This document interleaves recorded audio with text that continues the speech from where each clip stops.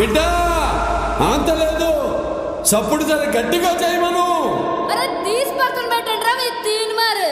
మా చిచ్చా వచ్చిండు, ఎట్లుండాలి